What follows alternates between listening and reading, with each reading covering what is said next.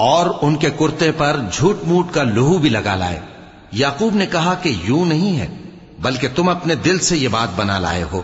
اچھا صبر کہ وہی خوب ہے، اور جو تم بیان کرتے ہو اس کے بارے میں اللہ ہی سے مدد چاہیے۔ اور اب اللہ کی شان دیکھو کہ اس کنویں کے قریب ایک قافلہ آوارد ہوا اور انہوں نے پانی کے لیے اپنا سقا بھیجا، تو اس نے کنویں میں ڈول لٹکایا، یوسف اس سے لٹک گئے۔ وہ بولا زہے قسمت، یہ تو ایک لڑکا ہے، اور اس کو قیمتی سرمایہ سمجھ کر چھپا لیا۔ اور جو کچھ وہ کرتے تھے اللہ کو خوب معلوم تھا، اور انہوں نے اس کو تھوڑی سی قیمت یعنی معدود چند درہموں پر بیچ ڈالا، اور وہ اس سے بیزار ہو رہے تھے۔ اور مصر میں جس شخص نے اس کو خریدا، اس نے اپنی بیوی سے جس کا نام زلیخا تھا کہا کہ اس کو عزت و اکرام سے رکھو، عجب نہیں کہ یہ ہمیں فائدہ دے یا ہم اسے بیٹا بنا لیں۔